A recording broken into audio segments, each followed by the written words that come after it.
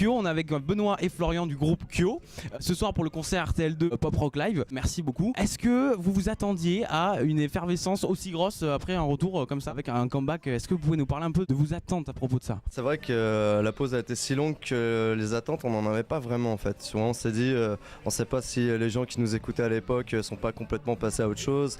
Est-ce qu'on va toucher des jeunes aussi? Donc on s'est posé ces questions là et on a vite arrêté de se les poser en fait parce que ça c'est pas hyper constructif au final et on a juste essayé de faire le meilleur disque possible.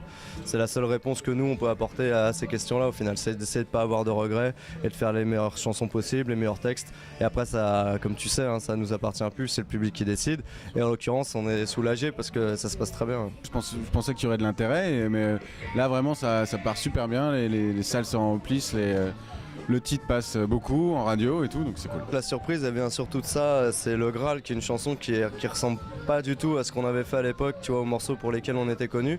Donc on se disait que c'était un petit peu osé de balancer un truc comme ça, qui est un titre un peu limite dansant, tu vois, ce qui est un peu inédit pour Kyo. Et en fait les gens ils ont l'air d'adhérer, donc c'est cool. Il y a eu 10 ans de pause, vous avez mûri. Est-ce qu'il y a réellement du coup un renouveau au niveau de cette maturité-là dans votre musique, dans votre rapport avec la musique, avec tout ça? Effectivement, il y a toute l'expérience qu'on a accumulée. C'est vrai que pendant cette pause, on a continué à faire de la musique sur d'autres projets. Donc je pense que forcément, inconsciemment, ça joue sur la musique de Kyo. Je raconte des histoires que je pouvais pas raconter à l'époque. À l'époque, c'était plutôt l'amour, tu vois, adolescent et la violence et toutes les premières fois, à quel point ça peut être violent. Et là, effectivement, 10 ans plus tard, les thèmes peuvent être les mêmes, mais abordés de façon évidemment différente. Dans les textes, c'est cette petite évolution. Tu sens que c'est raconté par quelqu'un qui a un petit peu plus de bouteilles. Après, c'est difficilement quantifiable, tu vois. Tu sais jamais trop, mais c'est évident que ça joue, au même titre que toute la musique qu'on a pu écouter pendant toutes ces années, qui joue aussi, qui influence ta façon d'écrire, tout ce qui t'entoure en fait.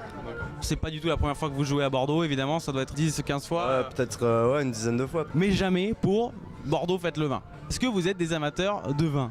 Oh oui. Oui, à fond. Oui. Ah, tu vois, c'est aussi en vieillissant, tu vois, c'est ça la vraie maturité, c'est de savoir apprécier le vin à sa juste valeur. Eh bien, merci beaucoup Florian et Benoît pour votre gentillesse et tout ça. Je vous souhaite le meilleur. Et puis bon concert ce soir d'ailleurs, ça va être énorme, donc excellente soirée à vous beaucoup. Et merci beaucoup. À très bientôt. Est-ce qu'on peut faire une petite photo juste avant? Super, merci beaucoup. Comme une nuit, j'ai cherché le Graal, la jeunesse éternelle. Le pote